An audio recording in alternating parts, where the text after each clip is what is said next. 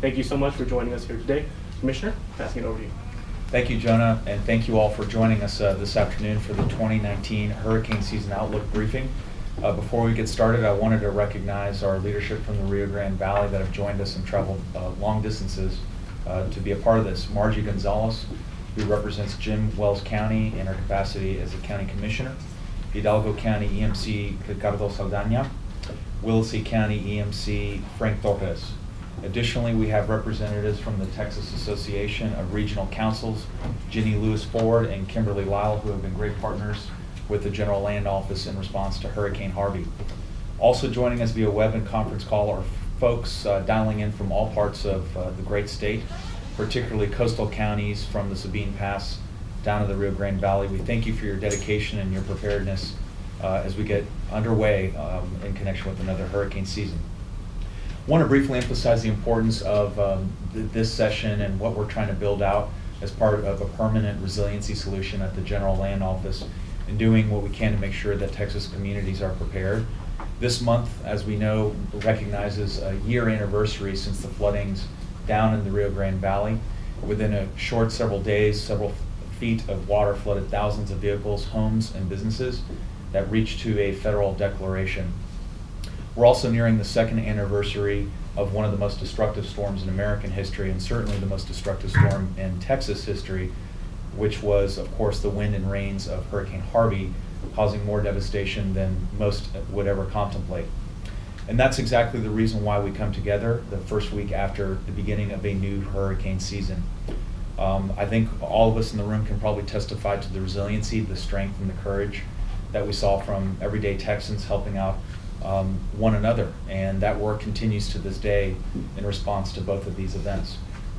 So we thought we'd kick off hurricane season by gathering some of the leading experts in this field in relation to disaster preparedness and recovery to talk about not only this season's forecast, but also how communities can better prepare for the next disaster. We have two special guests from the National Oceanic and Atmospheric Administration, Dr. Gerry Bell, the nation's leading seasonal forecaster, and Barry Goldsmith, our National Weather Service meteorologist in charge for the Rio Grande Valley. We also have Heather LaGrone, who's the GLO's Deputy Director of Community Development and Revitalization, who will speak briefly about how communities can better prepare, and Sandra Esslinger, the FEMA's TRO Acting Deputy Director, who will speak to FEMA's recovery missions in Texas and better preparedness for coastal resilience. With that, I'll turn the discussion over to Dr. Gerry Bell to get us started. Gerry, thank you so much for joining us this afternoon. Thank you, Mr. Commissioner, and I'm going to share my screen. How about now? Yes. Yes. Great, okay. Well, hurricane season is here. It starts June 1st, and it ends November 30th. The peak of the Atlantic hurricane season is August, September, October. That's when by far the bulk of the hurricanes and major hurricanes form. So with this presentation, I'm going to talk about the outlook for this year and also put it into context of larger scale climate patterns and also hurricane preparedness. So this is a picture of storm tracks over the Atlantic Basin. And the yellow box is called the main development region. This is where, if you're going to have an active season, you're going to have a lot of activity forming in that main development region. If it's going to be a less active season, you're going to have less activity in the main development region. The red arrows show two general sets of storm tracks when storms form in that area. One set of storm tracks generally takes the systems through the Caribbean Sea and into the Gulf of Mexico. Once they get into the Gulf, 100% of them make landfall because the Gulf is basically surrounded by land. Another set of tracks heads up toward across the Bahamas and then recurves out to sea. Unfortunately, a lot of those storms, the recurvature path is over the Atlantic coast of the United States. So both of these tracks, depending on the exact weather patterns, mean hurricane landfalls in the United States, Gulf Coast and Atlantic coast. For this year, we're thinking that a near normal hurricane season is most likely. But that's a lot of activity. We're expecting 9 to 15 named storms, of which we think 4 to 8 of those will become hurricanes, and 2 to 4 of those will become major hurricanes. These ranges are centered on the 1981 to 2010 season averages of 12 named storms, 6 hurricanes, and 3 major hurricanes. As I mentioned, your normal season shouldn't be somehow interpreted as, oh, it's going to be a light season. No, that's still a lot of activity. Now, the hurricane outlook is for the overall seasonal activity. It's not a hurricane landfall forecast. And the reason is that where a storm strikes, how strong it is when it strikes, things like that really depends on the weather patterns that are in place at the time the storm is approaching. And those weather patterns just are not predictable more than, say, 4, 5, 6 days in advance. So to put this outlook into perspective, this is a time series of Atlantic major hurricanes by year going back to 1950. Our outlook for this year is on the right in red, 2 to 4 major hurricanes. And you see a couple of things. There's obviously year-to-year variability, but there's also a longer-term pattern. If you look back at the 1950s and 60s, that was a high-activity era. A lot more major hurricanes, many years with 3 or more major hurricanes. We then had a low-activity period during 1971 to 94. The average number of major hurricanes per season was cut by more than half, and very few seasons even had 3 major hurricanes. The climate patterns have switched back now to what we saw in the 1950s and 60s, and since 1995, we've again been in a high activity era, again averaging 3 to 4 major hurricanes a season. So this highlights how powerful these climate patterns are in helping to control the hurricane season. And so by really the underlying basis for the hurricane outlooks is if you can predict the climate patterns that are giving you this year-to-year variability and also this multi-decadal variability, then you can often make a confident statement about what the season might bring. One of the main factors that the climate patterns that we look at to make the seasonal outlooks, one of their main impacts is through the vertical wind shear. The vertical wind shear refers to the change in wind speed and direction as you go up through the atmosphere. So here I'm showing a schematic of an eye wall and an eye of a hurricane, and the ocean, and then I'm going up through the atmosphere to about 40,000 feet. And the red arrows indicate the lower level and upper level winds. So here I've indicated about the same strength and roughly the same direction. So that would be an example of weak wind shear. When you have these conditions, that's very conducive for hurricanes to develop very rapidly and maintain their lives.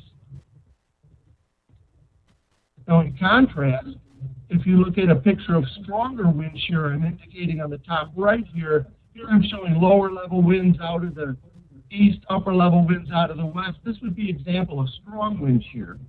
When you have strong wind shear, you cannot get the structure of a hurricane. And basically, if a hurricane moves into a region of strong shear, it'll weaken. Or if a storm is trying to develop, it won't. And you can see the difference in the satellite pictures between these two wind shear conditions. On the bottom left is a major hurricane striking the eastern U.S. On the bottom left, sorry. On the bottom right is a strongly sheared storm where the low-level circulation I've indicated by one black arrow is completely displaced from the upper-level clouds.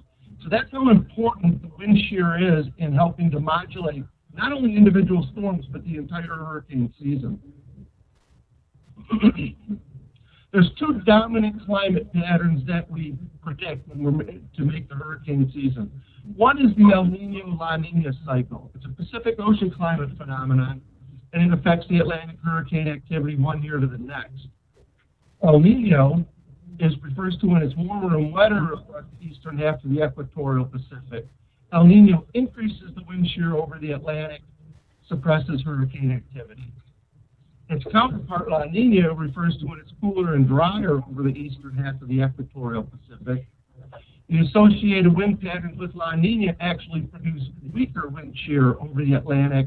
La Nina favors more Atlantic hurricanes. This is the climate pattern on the right that's responsible for those multi-decadal fluctuations in hurricane activity. This pattern, the technical name, is called the Atlantic Multi multi-decadal oscillation. At the top is the climate pattern we see with these high activity areas. This is the pattern that's been in place since 1995. We saw a similar pattern in the 1950s and 60s. This pattern is associated with warmer ocean temperatures, weaker wind shear, and is exceptionally conducive to a lot of activity. On the bottom right is the climate pattern we saw in the 70s, 80s, and early 90s low activity period. That's when the Atlantic Ocean temperatures are cooler than average, stronger wind shear, less activity. This year, we have competing factors for the hurricane season, which is why we think a near normal season is most likely. We have El Nino out there right now, and it's likely to persist through the season. And we have this ongoing warm phase of that Atlantic multi-decadal oscillation. So we've got competing factors this year. Again, that's why we think it's going to be a near normal season overall. Well, more active, high activity areas mean not only more hurricanes, but more landfalling hurricanes. On the left shows the percent increase in the number of U.S. hurricane landfalls during a high activity era compared to the low. It's about a 40% increase in hurricane landfalls in the U.S. If you look at the percent of the seasons that have multiple hurricane landfalls, it's nearly an 80% increase in these high activity areas. 80% more seasons have multiple hurricane strikes during high activity areas. Well, it becomes an issue because, did you know, about 80 million people live in areas of the Atlantic and Gulf Coast that can be impacted by a tropical storm or hurricane. Last year is a classic example of the different ways that hurricanes can impact people. Last year we had Hurricanes Florence in the Carolinas and Michael on the Florida Panhandle. It caused over $50 billion in damage. More than 100 lives were lost. But they really highlight the different characteristics. Hurricane Florence was similar to Harvey in Texas a couple of years ago, and that as the storm moved ashore, it stalled. When you have a storm stalling, you get tremendous rainfall totals, 30, 40 inches over wide areas, and in Florence's case produced massive inland flooding. The main impacts were well inland. They weren't along the coast, they were well inland. In contrast, when Hurricane Michael came on shore, it was a Category 5 storm, 160 miles an hour. The storm surge and winds with Michael destroyed essentially nearly everything that they came across. So Michael's case, there were very significant coastal impacts, and this was a situation where pre-storm preparedness and evacuations saved an untold number of lives. Because when Michael formed in the deep southern Gulf of Mexico, 2 days later, it was making landfall as with 160-mile-an-hour winds. You had to be able to get out fast, and a lot of people did get out fast. What we tell coastal residents, you've got to prepare for every hurricane season, regardless of the seasonal hurricane outlook. We all know it only takes one storm to strike your area to make for a very bad year. Now, your hurricane preparedness plans, they obviously need to reflect your personal situation, but also they need to reflect the varying types of storm conditions that you might expect. Is your main impact going to be from storm surge, which wipes out everything? If that's the case, you need to be ready to evacuate and have plans ready to do so.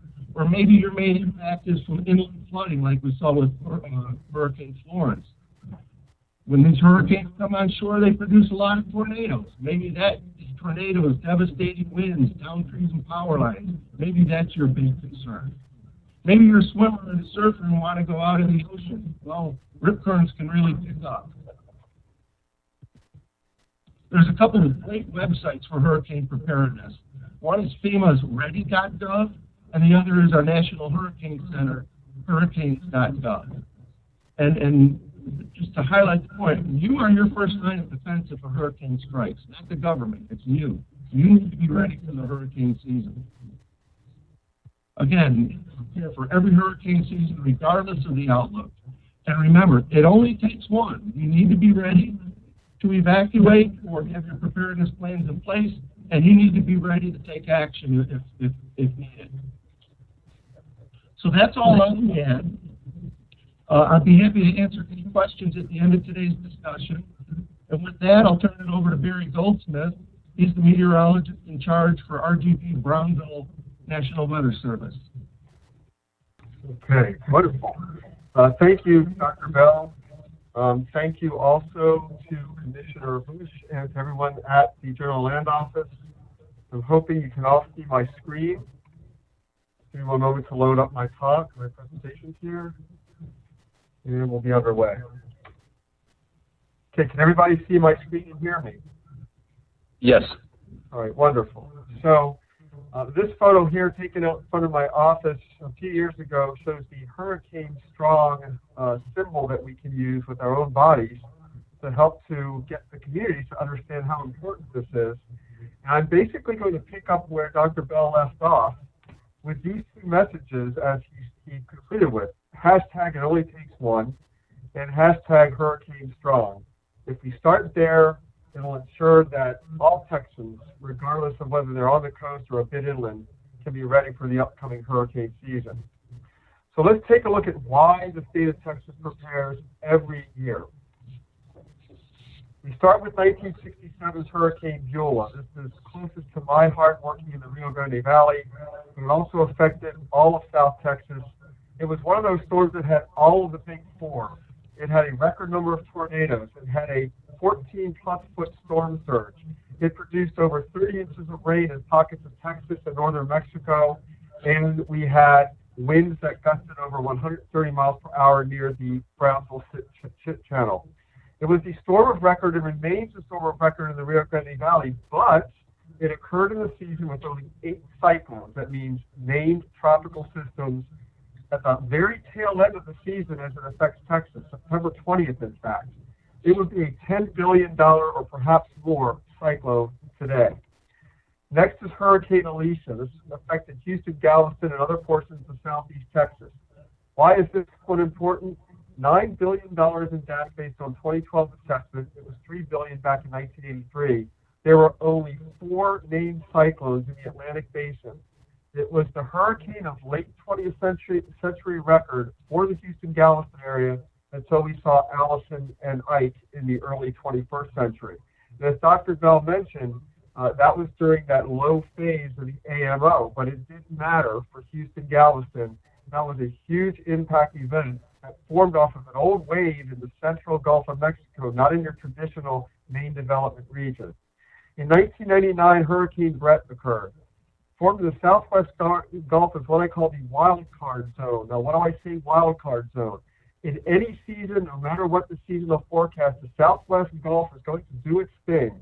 And if the pattern is just right, we can get a monster on our hands. Hurricane Brett was just that monster that, fortunately for populated areas, missed landfall as a Category 4, either in the coastal bend area of Corpus Christi or down here in the Rio Grande Valley. Instead, it made a jug handle hook into the King Ranch, caused a lot of problems for the cattle ranches there, as well as many cuts in the Padre Island shoreline there. But for the populations, it was known as kind of a ghost storm. Had it made landfall just 80 miles south or 80 miles north, it would have been one of the Texas storms of record. And finally, 2017's Hurricane Harvey. It was the only cyclone to thread the needle of track and favorable parameters to strike Texas since 2008. You probably didn't know this, but Texas has been a long-term hurricane drought for multiple reasons of direct strikes. But does that really matter to the state? Absolutely not. $125 billion or more and years to full recovery from Harvey means that we have to always take the season seriously, no matter whether we're in a long-term hurricane drought or not. And this will be a memorable storm for quite a while, as it were. I want to continue on to the idea of more to the story than the category. A lot of times we get fixated on the category of the storm being the equivalent of the kind of damage it will produce. But in Texas, there are many storms that show this is not the case. In 2001, the best case here to show is Tropical Storm Allison, which those of you from the Houston, Galveston, and Southeast Texas area remember very well. It is the only named tropical storm to be retired. There will be no more Allisons in the database. but it caused $8.5 billion in damage, mostly to Texas in 2001. That number is probably higher based on 2019 dollars. Nearly 40 inches of rainfall in southeast Texas and 21 deaths. Fortunately, none of those deaths were in flooded homes, but the majority were in vehicles. In 2008, Hurricane Ike made landfall as a marginal Category 2 storm, but its massive size, covering nearly the entire Gulf of Mexico at points during its life cycle, created a peak storm surge of at least 17 feet, perhaps up to 20 feet on the Bolivar Peninsula. And on the right, you can see what it looked like. Only a couple of houses were left standing when that storm was done because of the storm surge and the wave action that knocked down houses, and debris from those houses knocked down other houses in its path. It was the catalyst for separating storm surge from wind in hurricane messaging. So now we have storm surge inundation maps, and we also have storm surge watches and warnings for this exact reason, because it may be a low category windstorm with a very large storm surge. In 2017, Hurricane Harvey, as we all know, devastated southeast Texas with up to 60 inches of rainfall and 4 to 8 or more feet of water depth. We know more than at least $100 billion of the damage from Harvey was due to flooding rainfall, and most of that occurred when the system was a no category tropical storm. It was not a hurricane, when it was doing the vast majority of its flooding rain in southeast Texas. And finally, for my Rio Grande Valley folks who are there in the room and those listening on the call, we are very close in proximity to the year anniversary of the Great Flood of June for the Rio Grande Valley. It began around June 18th. It peaked on June 20th and 21st. I call that the tropical flood without a name. Likely 200 plus million in property damage. We're still trying to get a hold of the total damage, but what we do know is that 20,000 homes and businesses were affected by some level of water, including 7,400 with damage to destruction from this event. Again, no name. And this picture here is Mercedes, Texas, where we estimated 5 feet of water with people trying to walk through it. So prepare this year as if it's the year. And this was addressed briefly by Dr. Bell. I want to emphasize TexasPrepares.org as the place to go for the state of Texas and for all Texans to review their plans and their evacuation plans, what have you. We also mentioned HurricaneStrong.org. What does it mean to be hurricane strong? It means building your personal, your business, your family resiliency. There are videos in both English and Spanish that will help people make their homes harder and stronger, as well as their businesses. So if the storm comes, we at least will have something to come back to. Other sites we can look at are hurricanes.gov/prepare. That is the National Hurricane Center Preparedness site. Ready.gov/hurricanes is the National Ready site from FEMA that gets you there. And even this picture here is from the NOAA Sea Grants. It's a homeowner's handbook that includes a lot of the fixer-upper things that people can do now for both wind and flooding rain to help give their home a chance to survive the storm. Finally, and most importantly perhaps, is not forgetting insurance. As this flyer says, it's hurricane season. Get protected, get flood insurance. All of coastal and near coastal Texas is at flood risk. If anybody tells you that you're not in a zone and you're okay to buy a house without flood insurance, they're not telling you the truth. Preferred risk policies are outside of those defined flood information risk map or FIRM 100 and 500 zones. Notice I didn't use the term year. The term year is a very bad misnomer for people thinking that they may have 500 years before the next flood. In the city of Weslaco, there have been 2 1 in 500 probability events in just 3 years. And last year there was a nearby event that would have met that criteria in September that just stayed north of the Rio Grande Valley, in particular Weslaco. It takes 30 days for a new policy to become effective. So if somebody were to purchase one today, they wouldn't have it in time if another June flood event occurred in the Rio Grande Valley or anywhere in coastal Texas. But the peak of the season is August and September, so at least if they get that now, they have pretty good peace of mind that by the time the peak of the season arrives, with our better chances of flooding rainfall, they'll have a policy in effect. And be sure to combine that flood insurance policy with a fire theft and a windstorm policy for the coastal counties especially to be completely covered. It's your triple threat against the hurricane impacts that could come. And once again, to remind everybody, it only takes one storm to make our season. We have seen this with Beulah, we have seen this with Harvey, we have seen this with Allison, and everyone needs to be hurricane strong, not only during the season, but before the season to be ready and not have to worry. The more you know, the less you fear. And with that, I'll turn it back over to everybody else. Once again, thank you for having us here in the Valley to promote hurricane safety and awareness this year. And now we will transition to our Deputy Director, Heather Legro. Thank you, everybody. I work for the disaster recovery arm here at the land office, and we're responsible for the both short-term and long-term recovery missions here at the agency. But the GLO also has other programs that we utilize during and throughout the year. We have an oil spill program, a boat and coastal cleanup program, and all of our programs have been conducting tabletop exercises to begin preparation for this event this year.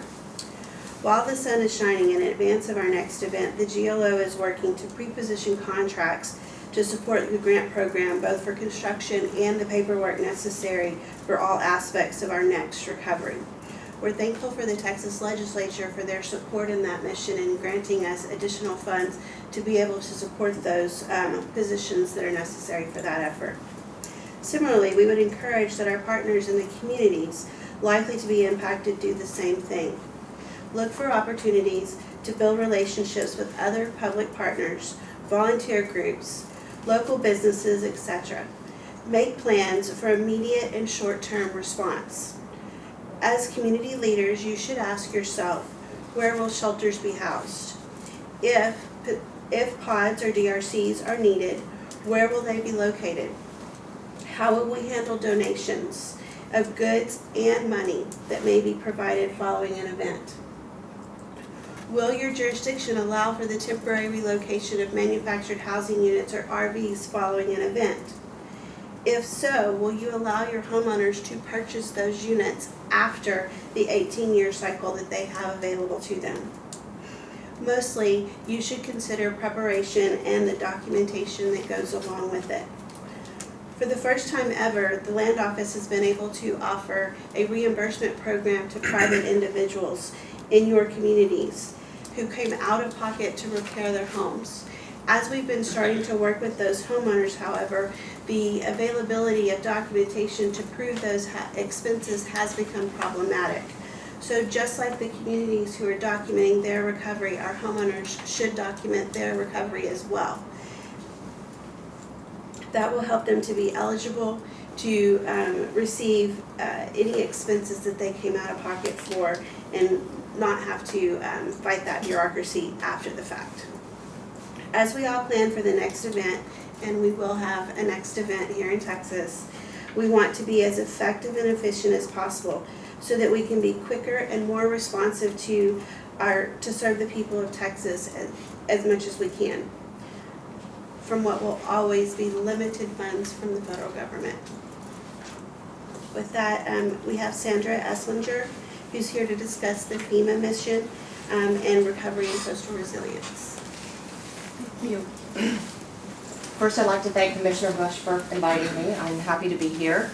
I also want to emphasize that as the FEMA Acting Deputy Director for the Texas Recovery Office, we appreciate our partnership with our state partners here at GLO and some of the other state agencies that we partner with.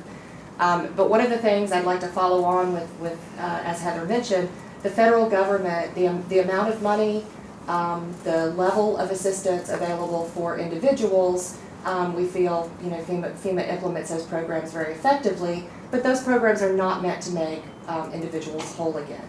So one of the messages I want to follow on with my National Weather Service colleagues, emphasis on flood insurance. Just to provide you with a couple of examples associated with Hurricane Harvey, as of now, we've got nearly $14 billion in federal funds in the hands of Texans who are survivors. Of that $14 billion, nearly $9 billion, $8.92 billion is in the form of flood insurance. And we know that a lot of impacted Harvey survivors did not have flood insurance. So the vast majority of funding that comes to people to assist them comes in the form of flood insurance. So we just want to emphasize that, again, FEMA is going to be there to support our state partners, to support the individual localities as necessary, to support the survivors. But for individuals to think about overall preparedness, their individual and family resilience plans, they really need to be looking at insurance as a way to keep themselves from having some of the significant struggles that occur both to individuals, families, and communities that happen after major events. One of the things I would like to say in working in the Texas Recovery Office is that Texans are resilient. The spirit of the individuals and the communities that we've worked with has been absolutely outstanding, and the partnerships have been fabulous. So if any state in the country can become a truly resilient state long-term, it's Texas. Perfect. Thank you, Sandra. And so now we will transition to our period of live questions from the room. So for our attendees that are here in the room, you're welcome to ask questions to our participants and the GLO, Commissioner Bush, Deputy Land Commissioner Markavas, Sandra Esslinger, Heather LeBrone, Barry Goldsmith, or Dr. Gerry Bell. So any live questions in the room? Anything at all? So, I have a question. Absolutely. So to some of the residents that do receive funding from FEMA, do you all provide, not that they provide it free, but that they would pay for a flood insurance? Because I know some of the people that got help for some of their homes and that they are now paying for flood insurance. Is it to FEMA? Or do you all provide insurance that they can purchase? I can't, so FEMA is does have the National Flood Insurance Program. FEMA does administer that, but it can also be administered through private providers. But that is a FEMA administered program.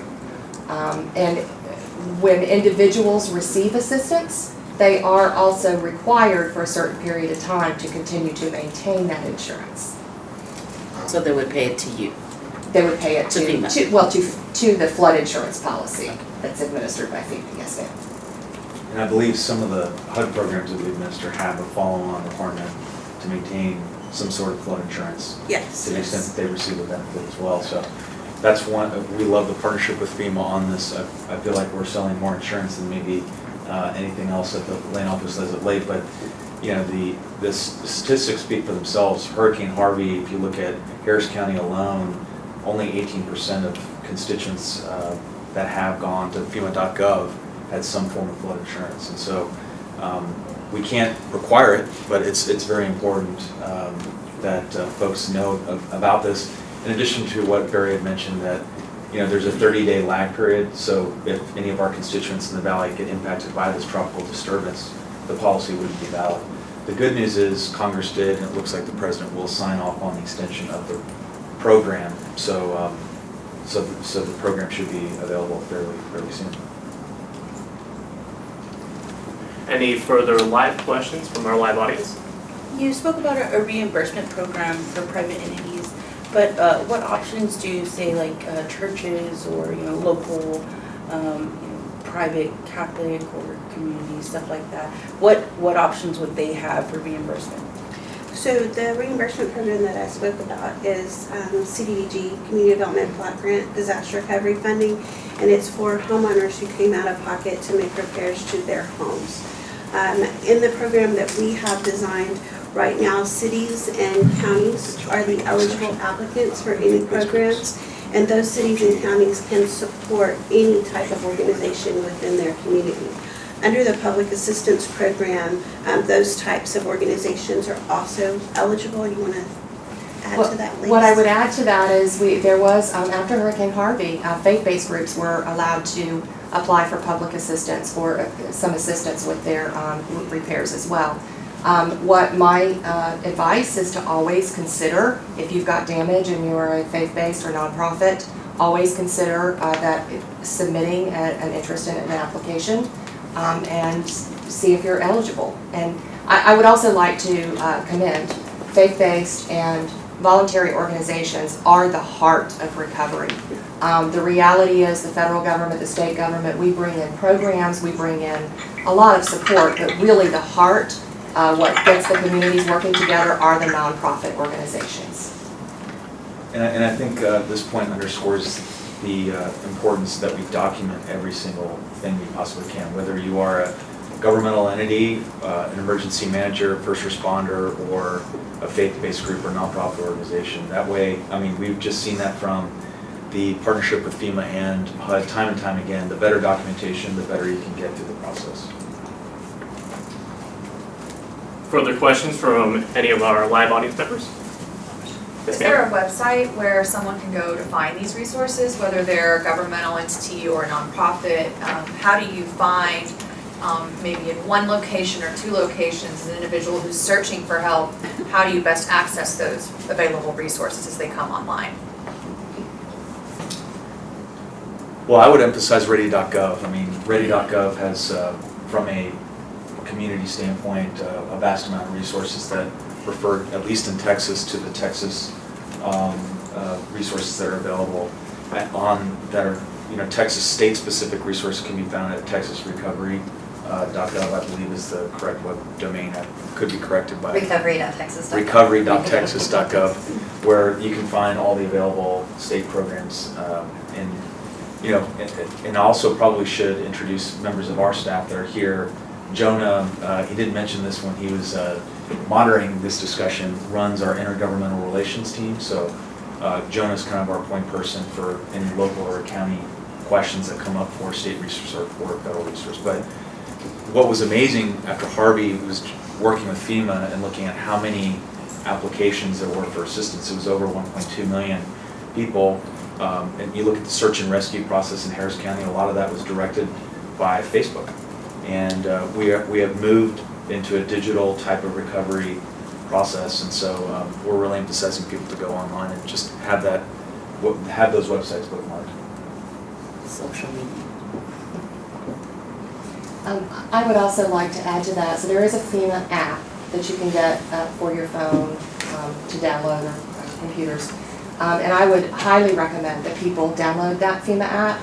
If you have an event, afterwards, information about where to go as disaster recovery centers and other resources become open, you can get information about how to apply and things like that from that application. So I would highly recommend it. With that, unless there are any further questions from our live audience members, I think that yes ma'am? Jenna, why don't you give them your email and your phone number in case they need to contact you later? Yes ma'am, absolutely. And so, thank you for joining us on our Cisco WebEx conference call and listening in on the Hurricane Outlook webinar. Again, like Commissioner Bush mentioned, my name is Jonah Chen. I'm the manager of the Intergovernmental Relations team. My phone number is 512-925-0251. And my email is jonah, JONAH,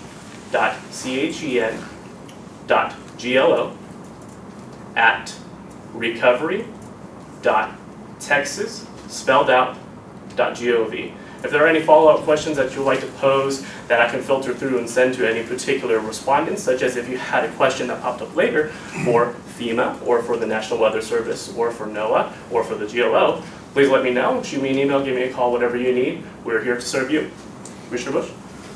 Thank you, Jonah. And I just want to thank all of today's participants, particularly those that have traveled long distances to join us. Really appreciate everybody's commitment to making sure we stay prepared and be prepared for this hurricane season. So may God bless you, may God bless the great state. Thank you. Appreciate it, everybody.